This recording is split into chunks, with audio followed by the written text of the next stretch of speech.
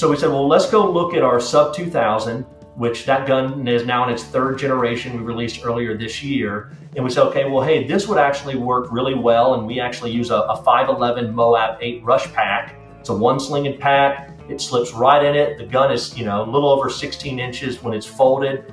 And then you can actually walk around and you would never know that the officer actually has a carbine on their person as they're interacting with students or in the hallways or anything like that. So when we put that combination together, New Hope Church actually really gravitated towards that, and they run subs for their entire setup out there at their church security team.